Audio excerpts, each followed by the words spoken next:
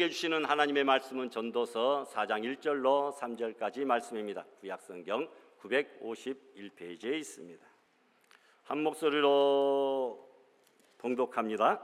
내가 다시 해 아래에서 행하는 모든 학대를 살펴보았도다. 보라, 학대받는 자들의 눈물이로다. 그들에게 위로자가 없도다. 그들을 학대하는 자들의 손에는 권세가 있으나 그들에게는 위로자가 없도다. 그러므로 나는 아직 살아있는 산자들보다 죽은 지 오랜 죽은 자들을 더 복되다 하였으며 이 둘보다도 아직 출생하지 아니하여 해 아래에서 행하는 악한 일을 보지 못한 자가 더 복되다 하였노라. 아멘. 거룩하시고 존귀하신 하나님 아버지, 한낮의 뜨거운 햇볕 아래에서도 우리의 걸음을 멈추지 않게 하시고 오늘도 주님의 집으로 불러 모아 주심을 감사드립니다. 우리의 앞길에도 하나님의 인도하심이 있음을 믿사오니 나의 시선을 세상의 크고 작은 문제보다 높이 계신 하나님께 돌립니다. 나는 말씀보다 내 경험을 앞세웠고 감사 대신 불평했으며 받은 은혜가 당연했습니다. 나의 입술로는 주님을 섬긴다 하면서도 마음은 세상의 것을 쫓았던 우리의 모습을 용서하여 주시옵소서. 주님, 오늘 우리의 예배를 받아 주시옵소서. 습관처럼 드리는 예배가 아니라 하나님을 실제로 만나는 시간이 되게 하시고, 찬양할 때 우리의 마음이 열리고 기도할 때 나의 무거운 짐이 내려놓아지며 말씀을 들을 때 굳었던 심령이 다시 살아나게 하여 주시옵소서.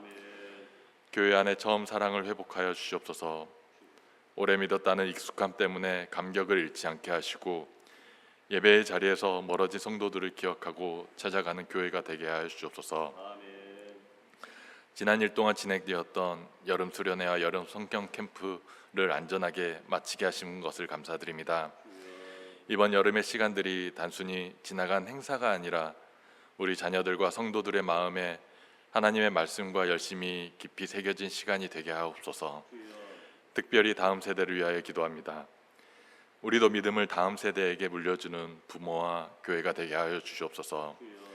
우리의 자녀들이 세상의 박수보다 하나님의 음성에 귀 기울이게 하시고 어디에 있든지 믿음의 뿌리를 잃지 않게 하여 주시옵소서. 말씀 안에 뿌리 내린 우리의 다음 세대가 각자의 때 아름다운 열매를 맺게 하여 주시옵소서.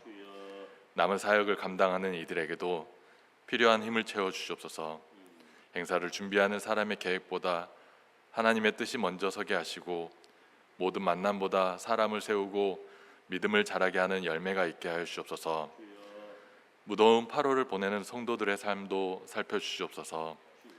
하나님께서 지친 이들의 삶에도 필요한 것을 공급하여 주시고 무더위 속에서 몸과 마음이 지치지 않도록 돌보아 주시옵소서. 특별히 어르신들과 어린아이들, 건강이 약한 성도들의 걸음을 세심하게 붙들어 주시고 각 가정에 평안히 머물게 하여 주옵소서. 말씀을 전하시는 목사님을 위하여 기도합니다. 목사님의 입술을 통하여 선포되어지는 말씀이 길 잃은 자에게는 이정표가 되고 지친 자에게는 새 힘이 되며 잠든 영혼에게는 깨어남의 나팔이 되게 하여 주옵소서. 오늘 호산나 찬양대의 찬양도 받아주시고 이들의 마음이 하나님께 향하게 하시고 그 찬양이 우리의 영혼을 깨우는 고백이 되게 하여 주옵소서. 또한 예배를 위해 이름도 없이 빛도 없이 섬기는 모든 손길을 기억하여 주옵소서. 이들의 수고를 하나님께서 기억하여 주시고 하나님께서 주시는 기쁨으로 섬기게 하여 주옵소서. 예배를 마친 후 각자의 삶의 자리에서 믿음의 발걸음을 이어가게 하여 주옵소서. 뜨거운 태양 아래서도 시들지 않는 믿음을 주시고 오늘도 우리를 붙드시고 끝까지 인도하실 예수 그리스도 이름으로 기도드렸습니다. 아멘.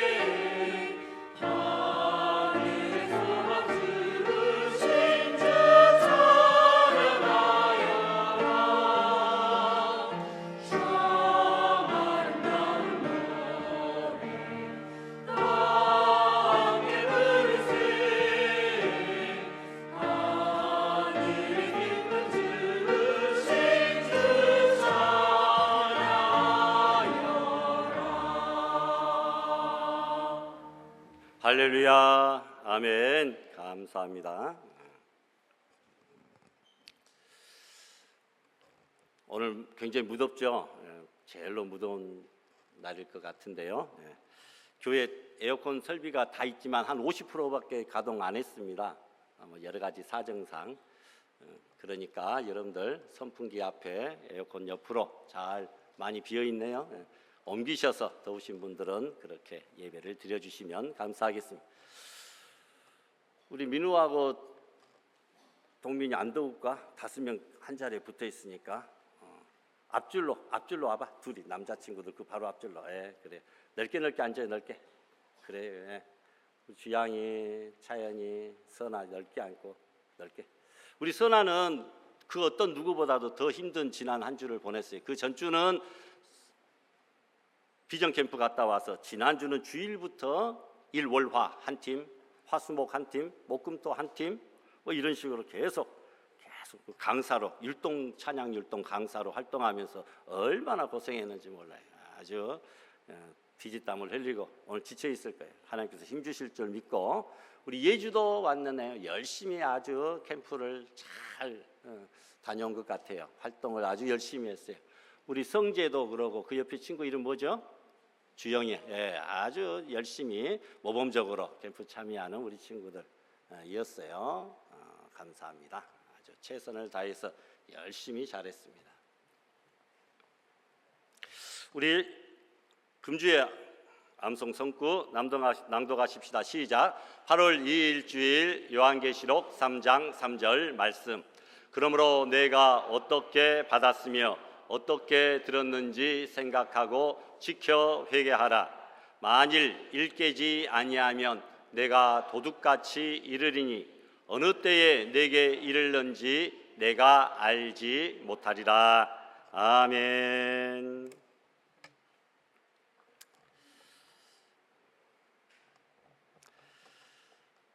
전도서의 말씀을 오늘 살펴봅니다. 전도서의 저자와 주제는 누구인가, 무엇인가라는 것. 첫 번째 전도서의 저자는 다 아시는 대로 솔로몬입니다. 1장 1절에 보니까 다윗의 아들 예루살렘 왕, 전도자의 말씀이라. 다윗의 아들 중에 예루살렘에서 왕이 된 사람은 솔로몬밖에 없어요. 그러니까 솔로몬이라 이름을 붙이지 않았어도 수식하는 것 보면 이 전도자는 솔로몬이구나 라는 것을 알게 됩니다. 솔로몬은 성경 가운데 3권을 기록했습니다. 잠언, 전도서, 아가서인데 아가서가 제일 먼저 기록되었고 그 다음에 잠언, 그 마지막에 전도서가 제일 나중 기록되었습니다. 그래서 아가서는 솔로몬이 젊었을 때 술람미라고 하는 여자와 나누었던 뜨거운 사랑을 주제로 하고 있습니다. 한편 잠언은 솔로몬이 나이 지긋한 중년이 되었을 때 그의 원숙한 삶의 체험을 바탕으로 해서 지혜로운 삶이 무엇인지 우리에게 일깨워지고 있습니다. 그리고 마지막 전도서는 솔로몬이 인생의 황혼기에 이르러 자기가 걸어온 발자취를, 인생길을 되돌아보면서 자신이 잘못한 것들을 뉘우치는 심정으로 인생 결론적으로, 신앙 결론적으로 기록한 것이 바로 전도서입니다. 그러니까 우리가 아가서, 잠언, 전도서를 이렇게 순서대로 읽는 것도 솔로몬의 심경 변화와 그의 믿음의 성숙하고 완숙한 그런 수준들을 같이 따라갈 수 있어서 좋을 것 같습니다. 솔로몬은 자신을 무엇이라고 소개하느냐? 전도자라. 도를 전하는 자. 여러분, 전도는 도를 전하는 것이죠. 그게 전도자는 도를 전하는 자, 진리의 말씀을 선포하는 자, 이런 의미죠. 여러분, 전도는 그러니까 어려운 것이 아닙니다. 꼭 한 사람을 막 감동시키고 설득시키고 변화시켜서 이 자리에 앉혀야만 그것이 꼭 전도라 생각하는데, 전도라고 하는 것은 말 그대로 도를 전하기만 하면 돼요. 입을 열어서 예수 믿으세요, 예수님 믿으세요, 참 좋아요, 교회 나오세요, 이렇게 말씀만 전하는 것도 전도인 줄 알고, 전도는 세상에서 가장 어려운 것이 아니라 가장 쉬운 일인 줄 믿습니다. 솔로몬이 쓴 잠언 1장 1절에도 보면 솔로몬의 잠언이라 자기 이름을 분명히 밝히고, 아가서도 역시 솔로몬의 아가라 밝히고 있는데 유독 전도서만큼은 아무리 살펴보아도 솔로몬이라고 하는 이름 자체가 나오지를 않습니다.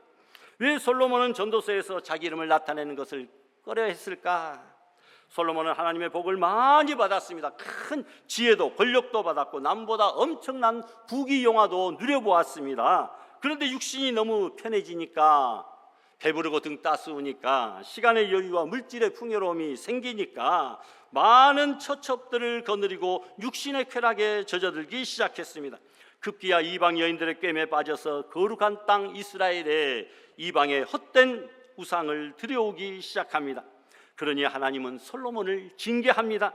솔로몬의 노년에 사방에서 솔로몬을 대적하는 무리가 많이 일어났고 나라에 우환과 환란이 생겨 샬롬, 평화가 깨져버렸습니다. 그래서 솔로몬은 자기를 낮추고 뉘우치는 심정으로, 자신의 이름의 뜻이 무엇입니까? 샬롬에서 솔로몬이 나왔습니다. 자신의 이름의 뜻이 평화인데 자기가 잘못해서 샬롬, 평화가 깨졌으므로 그 자신의 이름을 차마 솔로몬이라 기록하지 못했던 것 같아요. 그래서 언제나 전도서에는 자기 자신을 단지 낮춰서 겸손하게 전도자라, 전도자라 이렇게 칭하고 있습니다. 그러면 전도서의 주제는 무엇입니까? 1장 2절과 3절에 보니까 우리 다 같이 한번 주제를 읽어보십시다. 시작. 전도자가 이르되 헛되고 헛되며 헛되고 헛되니 모든 것이 헛되도다. 해 아래에서 수고하는 모든 수고가 사람에게 무엇이 유익한가? 솔로몬이 자기 인생을 다 살고 난 뒤에 무엇이라고 최종적인 결론을 내렸습니까? 모든 것이 다 헛되다, 헛되다라는 것이죠. 우리가 생각하기에 솔로몬은 남다르게 엄청난 부귀영화를 누렸기 때문에 이런 결론을 내리면 좀 의아합니다. 이상하게 왜 솔로몬이 헛되다고 결론을 내릴까? 이렇게 말해야 됐을 것 같아요. 내 인생은 정말 멋있었도다, 아름다웠도다, 신이 났었다. 영어로 하면 unbelievable and wonderful, exciting and fantastic, 그리고 everything is happiness 라고 자기가 말해야 될 것 같은데 그는 그렇게 말하지 아니하고 모든 것이 참으로 헛되도다 이렇게 말했다라는 것입니다.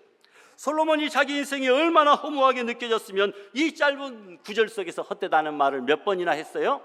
5번이나 사용했겠습니까? 이 말씀은 젊은 사람들보다는 나이 드신 분들이 이 솔로몬의 말에 훨씬 더 깊이 공감하실 것입니다. 한참 자라나는 우리 친구들에게 야, 인생은 헛된 것이야 이렇게 말하면 조금 허무주의에 빠지고 그렇잖아요. 그런데 다 살고 나서 되돌아보니까 야, 인생 별거 없더라. 내가 큰 소리 치고 힘 불끈 주었지만 그거 다 헛되더라. 이런 고백이 나온다라는 것입니다. 해 아래에서 수고하는 모든 수고가 사람에게 무엇이 유익한가?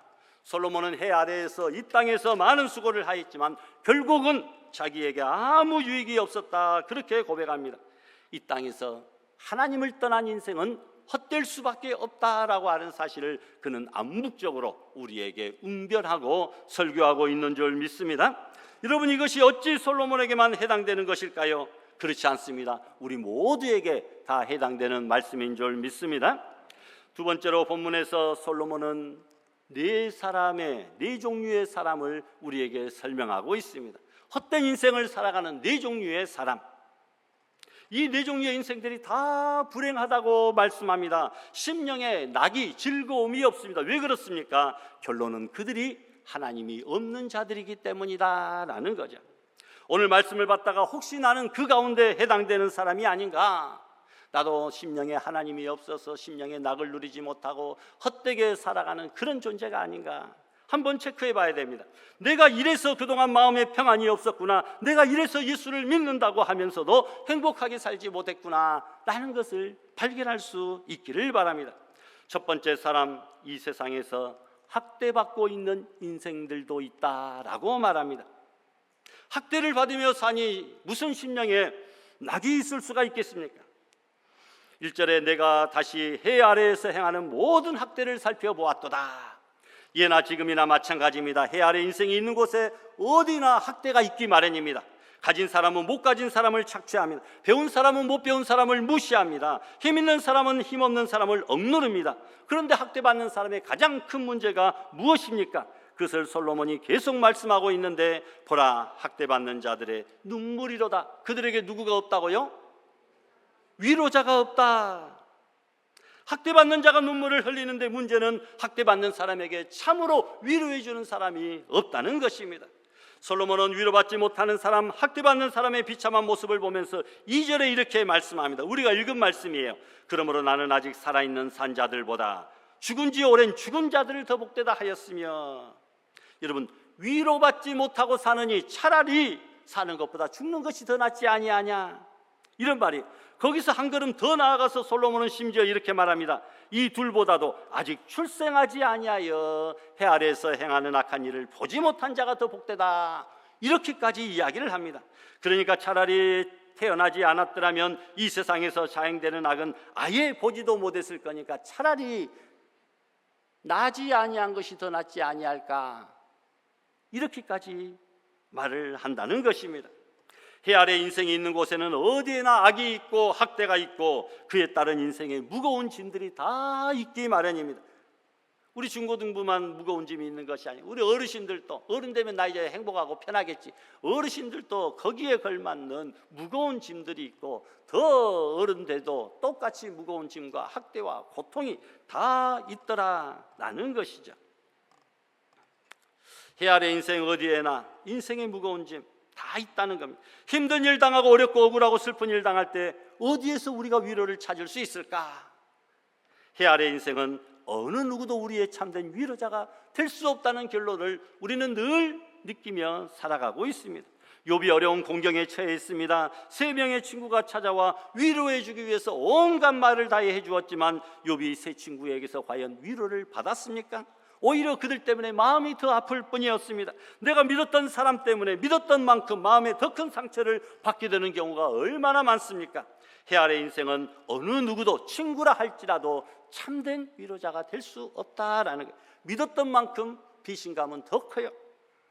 인생이 힘들고 어려운 일을 당했을 때 우리가 그럼 어디에서 위로를 찾을 수 있겠습니까? 시편 121편에 나옵니다. 내가 산을 향하여 눈을 들리라.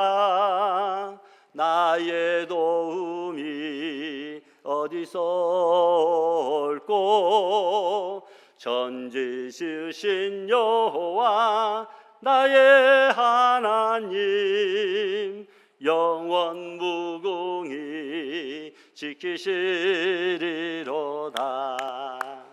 다 아시죠? 지난주에 차연이하고 주양이가 나와서 율동하는데 너무 부러워서 저도 한번 해봤습니다. 여러분, 우리의 도움이 어디서 올까? 천지 지으신 여호와 하나님 한 분밖에 없다라고 하는 말씀입니다. 여러분, 인생이 정말 힘들고 어려울 때 해 아래 인생들에게서 위로를 찾으려고 하지 마시고 눈을 들어 우리는 위를 바라봐야 된다, 산을 바라봐야 된다라는 겁니다. 위에 계신 분, 천지를 지으신 전능하신 여호와 하나님만이 우리의 참된 위로자가 되고 진정한 도움이 되는 줄 믿습니다. 하나님께서 욥에게 나타나셔서 말씀으로 그의 무지를 깨우쳐 주시고 위로해 주셨습니다. 모든 공경을 다 돌이키게 하시고 회복시켜 주시고 갑절의 복을 주셨어요. 욥이 친구들로부터는 아무런 위로받지 못했지만 하나님은 그에게 진정한 위로자가 되어 주셨다라는 것입니다. 우리가 그 어떠한 환난을 당하든지 간에 모든 환난 가운데서 우리를 능히 위로하실 수 있는 분, 졸지도 주무시지도 아니하시고 우리의 출입을 지금부터 영원까지 지켜주시는 분, 하나님 한 분밖에 없다라는 거예요. 나보다도 나를 더 잘 아시고 나의 머리털까지도 세심받으시고 나의 모든 환경과 여건, 과거와 현재와 미래까지 다 알고 계시는 그 하나님만이 참된 위로자다. 여러분, 하나님 앞에 참된 위로받는 우리 모든 성도들이 되시기 바랍니다. 두 번째로 어떤 사람이 있는가? 마음속에 시기심과 경쟁심 때문에 참된 낙을 누리지 못하고 있는 사람이 있다라는 거예요. 4절에 보니까 내가 또 본즉 사람이 모든 수고와, 여러분, 수고를 아끼지 않는 부지런한 사람이라고 하는 사실입니다. 얼마나 좋습니까? 그런데 또 모든 재주로 말미암아 이 사람은 열심도 있는데 재주까지 있어요. 그래서 무슨 일을 하든지 간에 실패하는 일이 없이 항상 성공합니다. 너무나 좋죠. 그런데 문제는 이웃에게 무엇을 받는다고요? 시기를 받으니, 좋은 재주 가지고 열심히 수고하여 성공한 사람을 옆에 있는 사람들은 박수를 쳐주고 인정해 주기보다는 뭐 한다고요? 시기한다라는 거예요. 다른 사람이 나보다 잘 되면 안 된다라는 거예요. 이웃이 잘 되는 꼴이 보기 싫습니다. 사돈이 땅을 사면 배 아파서 죽을 지경입니다. 그래서 이웃을 짓밟기 위해서 무리하게 경쟁합니다. 동기가 옳지 않습니다. 열심히 경쟁하는 것 좋은데 동기가 시기심 때문에 안 좋다는 거예요. 솔로몬은 그렇게 해서 성공한들 결과가 무엇이라고 말합니까? 이것도 헛되어, 이것도 헛되어라고 말하고 있습니다.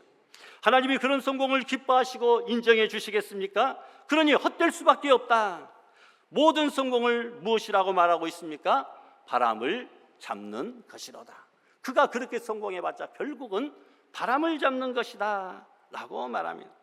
내가 어떤 사람과 경쟁해서 이겼으면 그것으로 끝나는 것이 아니라 나보다도 더 나은 사람이 또 생기기 마련인데 그 사람과 또 경쟁을 다시 해야 됩니다. 그러니 일이 끝이 없습니다. 잡히지 않는 바람을 잡으려고 애쓰는 것처럼 경쟁이라는 것, 성공이라는 것도 역시 그렇더라는 것이죠. 한 계단 더 올라가니까 또다시 경쟁해야 될 대상이 생기고 또 그것 누르고 올라가니까 또다시 더 큰 경쟁 대상자가, 라이벌이, 원수가, 대적들이 생긴다라는 것입니다.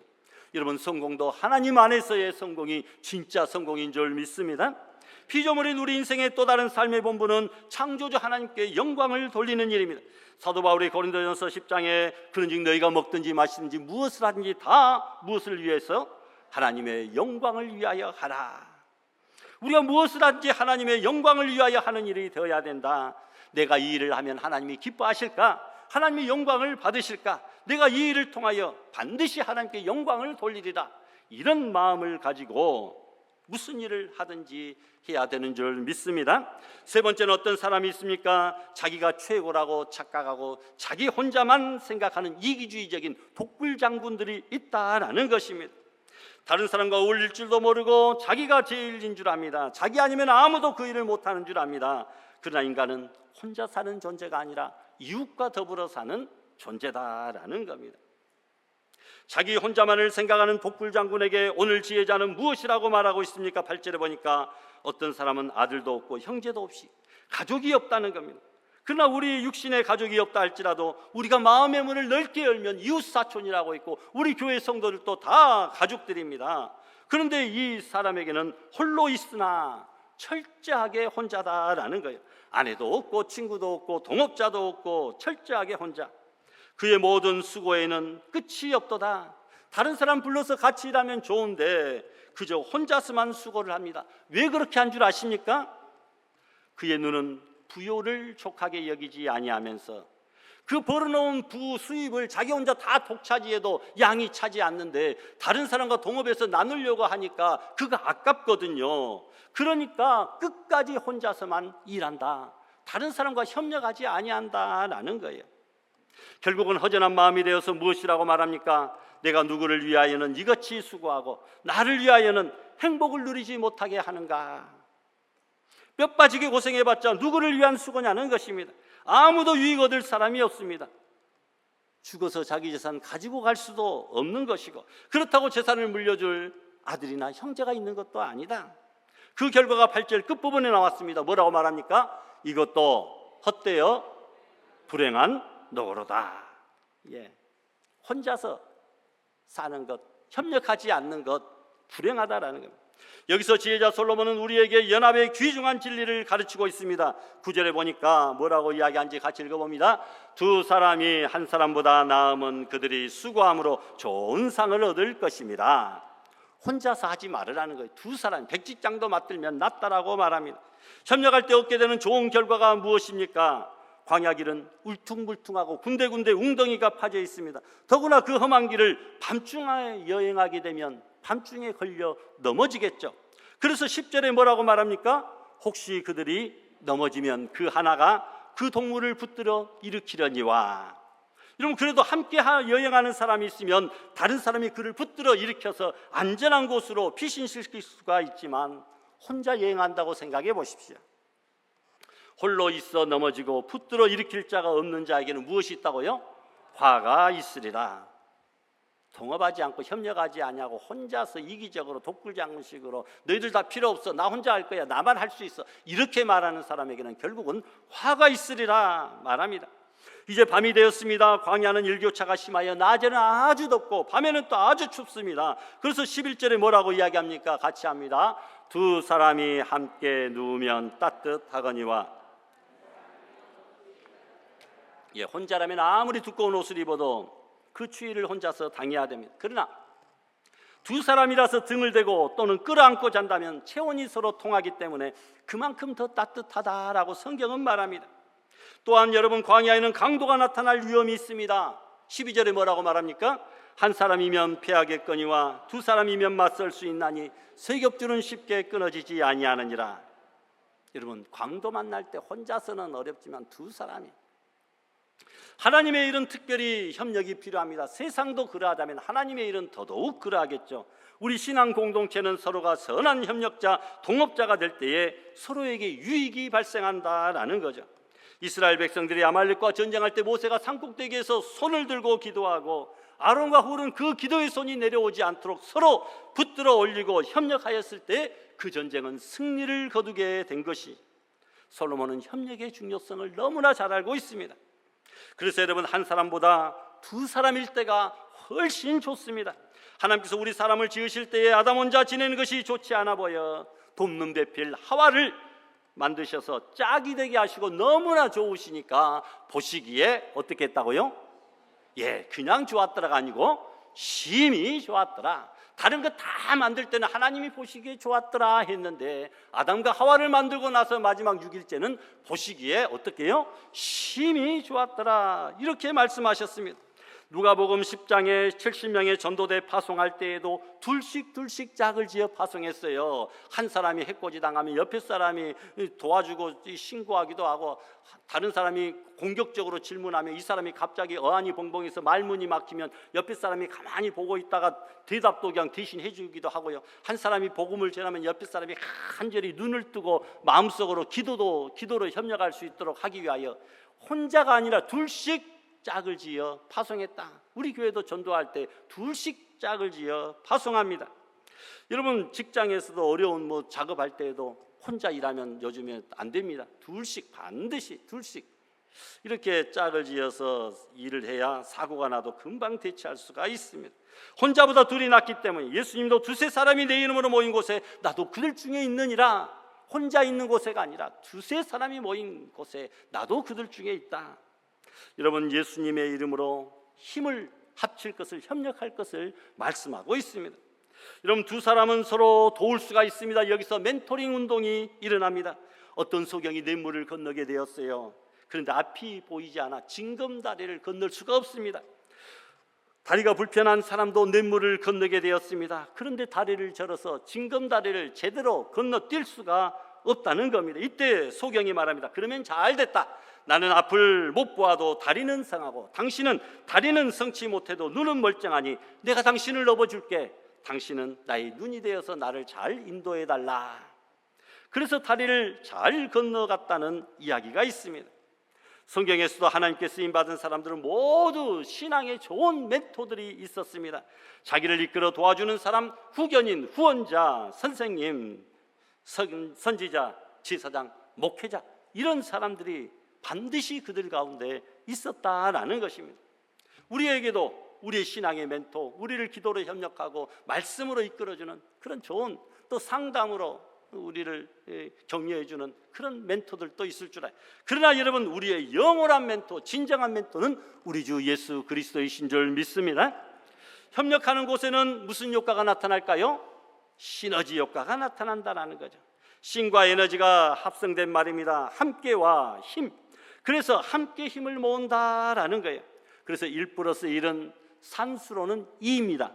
그러나 여러분, 협력하는 곳에 시너지 효과가 나타나서 1+1은 2가 아니라 2+알파의 힘을 낼 수가 있다. 그래서 협력할 때는 기적을 이룬다라는 것입니다. 어떤 말이 1톤의 짐을 끌 수가 있다고 한다면 두 마리 말을 합쳐놓으면 산술적으로는 2톤을 끌 수 있는데 두 마리를 묶어서 끌게 했더니 2톤이 훨씬 넘는 3톤의 무게도 끌 수가 있더라라는 그런 실험 결과가 있습니다.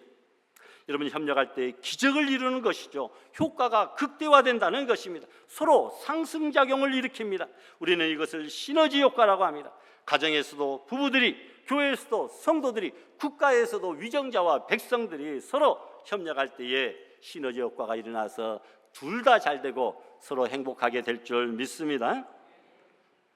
기러기가 혼자 날아갈 때보다 무리를 지어서 V자 형태를 이루어 날아간다고 하죠. 서로 바람을 일으켜서 날개를 올려주는 역할을 하여 무려 70%의 힘이 덜 든다고 합니다. 그렇게 지혜로운 동물들이에요. 사람만 그렇지 못하다라는 거예요. 그런데 시너지는 그냥 이루어지는 것이 아닙니다. 수고가 따라야 되고 대가를 지불해야 됩니다. 공동의 목적을 알고 협력해야지 자기 주장이나 소견만 고집하면 파괴자 회방꾼밖에 안 됩니다. 부부가, 부모와 자녀가, 그리고 성도와 목회자가 서로 협력하여 강한 시너지 효과를 나타내게 될 줄 믿으시길 바랍니다. 네 번째, 어떤 사람이 있습니까? 세상 권력에 집착하는 사람들이 있더라라는 것이죠. 가난하여도 지혜로운 젊은이가 늙고 둔하여 경고를 더 받을 줄 모르는 왕보다 낫다. 두 사람이 있는데 왼편에 있는 사람은 가난한 소년입니다. 반면에 오른편에 있는 사람은 왕입니다. 신분과 나이가 서로 다릅니다. 이것만 살펴보면 누가 더 낫겠습니까? 당연히 오른편에 있는 어른인 왕이 더 월등하겠죠. 그런데 이 사람을 결정적으로 바꿔놓는 하나의 요소가 있는데 바로 지혜입니다. 왼편에 있는 사람은 지혜가 있습니다. 그러나 오른편에 있는 사람은 늙고 둔하다고 했습니다. 지혜가 없어서 다른 사람의 진정한 경고도 받을 줄 모른다고 했습니다. 사람이 나이가 들면 고집만 세어지고 자기 주장과 생각이 고정되어 있어서 다른 사람의 옳은 소리에 귀를 기울이려고 하지 않는다라는 거예요. 도리어 왼편에 있는 젊은 소년이 더 낫다는 거죠. 14절에 그는 자기의 가난하게 태어났을지라도 감옥에서 나와 왕이 되었다. 가난하게 태어났고 심지어 무슨 연유인지 모르지만 감옥에까지 가는 어려운 역경이 있었지만 그 모든 역경을 지혜로 극복하고 나중에 왕이 되었습니다. 그러니 왼편에 있는 사람이 훨씬 더 낫다.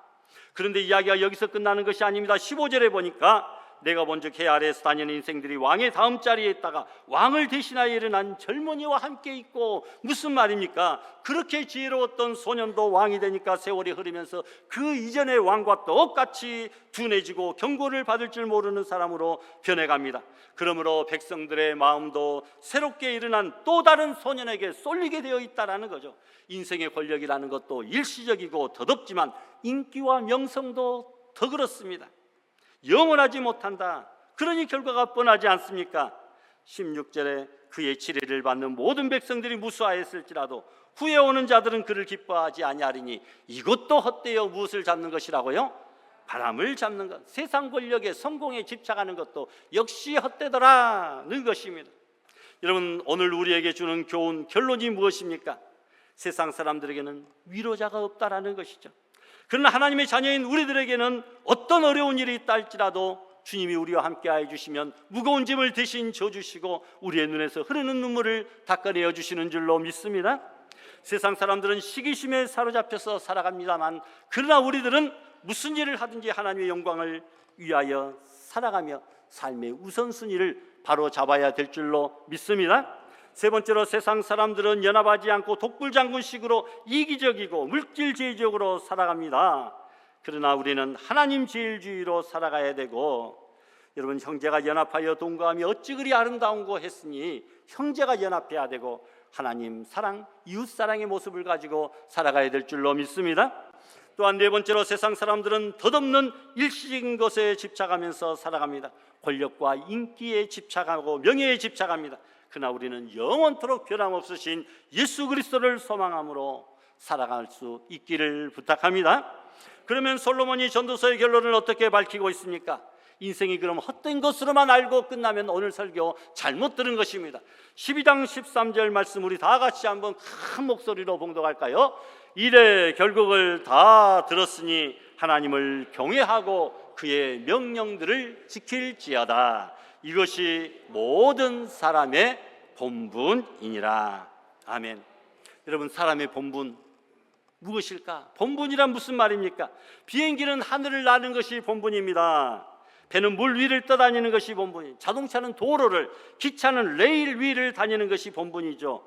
그런데 이 본분은 기차와 비행기가 스스로 정하는 것이 아니라 기차와 비행기를 만든 설계자와 기술자가 이 기차는 레일 위로, 이 배는 물 위로 다니도록 그가 정하고 그가 설계했다라는 것입니다. 그러니 그 기술자의 설계자의 본분대로 살아야 됩니다.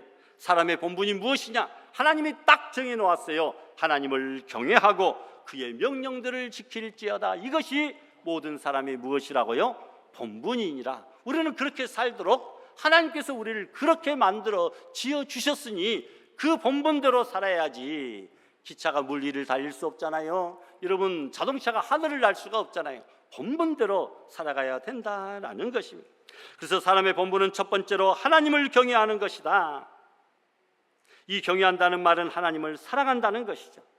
친구 간의 사랑을 우정이라고 합니다. 남녀 간의 사랑을 애정이라고 합니다. 자식이 부모 사랑하는 걸 효도라고, 신하가 임금 앞에 사랑하는 것 충성이라고 말합니다. 피조물의 인생이 창조주 하나님을 사랑하는 것을 무엇이라고 말한다고요? 경외다, 경외다, 이렇게 표현합니다. 여기에는 두려움이 포함되어 있습니다. 두려워할 외자가 들어있다는 것이죠. 참으로 존경하는 사람 앞에서는 두려움이 있습니다. 아브라함은 100세에 얻은 아들 이삭까지도 하나님을 사랑하고 경외하는 마음으로 모리아 산에서 번제로 드립니다. 그래서 창세기 22장에 보니까 이제야 내가 하나님을 경외하는 줄을 아노라. 그 일을 통하여 하나님을 두려워함으로 섬기는 줄을 알게 되었다. 여러분, 하나님을 경외하시기를 바랍니다. 두 번째로 인간의 본분은 그의 명령을 지키는 것이다. 하나님의 말씀을 지키며 사는 것이 인생의 본분인데, 인생의 본분을 지키는 자에게 어떤 복을 주십니까? 우리 시편 112편 말씀, 우리가 하나님의 말씀의 본분을 지켜서 이러한 복을 다 받아 누리기를 원하는 마음으로 확신을 가지고 우리 다 같이 봉독합니다. 할렐루야. 여호와를 경외하며 그 계명을 크게 즐거워하는 자는 복이 있도다. 그 후손이 땅에서 강성하며 정직자의 후대가 복이 있으리로다. 부요와 재물이 그 집에 있음이여 그 의가 영원히 있으리로다. 정직한 자에게는 흑암 중에 빛이 일어나나니 그는 어질고 자비하고 의로운 자로다. 여러분, 이 놀라운 복 받아 누리고 싶지 않습니까? 일의 결국을 우리가 다 들었으니 바람을 잡으려는 허무한 인생 되지 마시고 인생의 본분인 하나님을 경외하며 그의 명령을 지키는 성도들이 되어서 약속하신 놀라운 복을 온전히 다 받아 누리는 은혜가 있어지기를 주님의 이름으로 축원합니다. 주신 말씀 생각하시면서 우리가 이런 인생 되게 해달라고 다 같이 합심해서 결단기도 하십시다. 거룩하신 하나님 아버지, 우리 인생은 헛되고 헛됩니다. 아버지, 허무한 것들을 쫓아 바람을 잡으려는 것과 같이 낙이 없는 인생을 살아갑니다. 우리의 심령에 하나님이 없습니다. 여호와를 경외하고 그의 명령을 지키는 것이 우리 인생의 본분이라고 했으니 아버지, 우리가 여호와를 온전히 경외함으로 예배하게 하옵시고 그의 명령을 온전히 준행하여 정직자의 후대가 복을 받고 하나님을 경외하고 계명을 지키는 자들이 복이 있는 부유와 재물의 놀라운 축복, 후손이 잘되는 축복, 아버지여, 이 복을 우리가 다 받아 누릴 수 있도록 은혜 베풀어 주시기를 소원하오며 예수님의 이름으로 기도드리옵나이다. 아멘.